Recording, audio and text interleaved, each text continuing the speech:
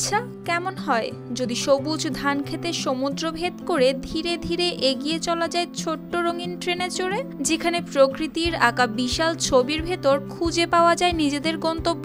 এখানে দুপাশে সবুজ ধানের বুকে বেগুনি, হলুদ আর বাদামি রঙে ফুটে উঠেছে চীনের কিংবদন্তি জার্নি টু দ্য ওয়েস্ট। দেখে মনে হয় কোনো প্রাচীন কল্পকাহিনী যেন আকাশ ভেদ করে নেমে এসেছে সরাসরি মাটির বুকে।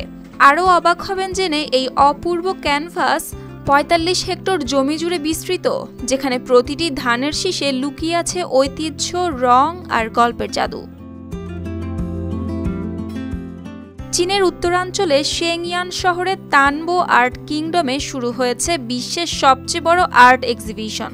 সবুজ ধানক্ষেতের এই জীবন্ত ক্যানভাসে আঁকা হয়েছে বানররাজ সান উইকং এর সাহসী অভিযানের দৃশ্য, যেখানে তার হাতে রয়েছে সোনালি দণ্ড, চোখে ভরপুর দৃঢ়তা। তার পাশে রয়েছে বিশ্বস্ত সঙ্গী ঝু বাজিয়ে আর শাওজিং। ওয়ালটন এখন দেশের সীমানা পেরিয়ে পৌঁছে গিয়েছে ৫০টিরও বেশি দেশে। ওয়ালটন, ঘরে ঘরে বিশ্বজুড়ে।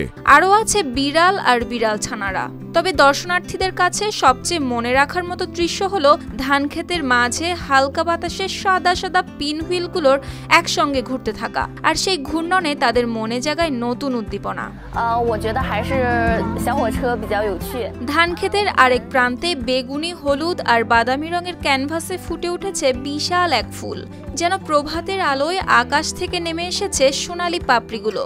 আবার কোথাও দেখা যায় রংধনুর মাঝে খেলায় মগ্ন শিশুর দল, তাদের হাসি আর আনন্দ যেন চিরস্থায়ী রঙে আঁকা হয়েছে শস্যদানায়। দূরে মাথা উঁচু করে দাঁড়িয়ে আছে পর্যবেক্ষণ টাওয়ার, যেখানে উঠে এক নজরে দেখা যায় পুরো চিত্রকর্ম।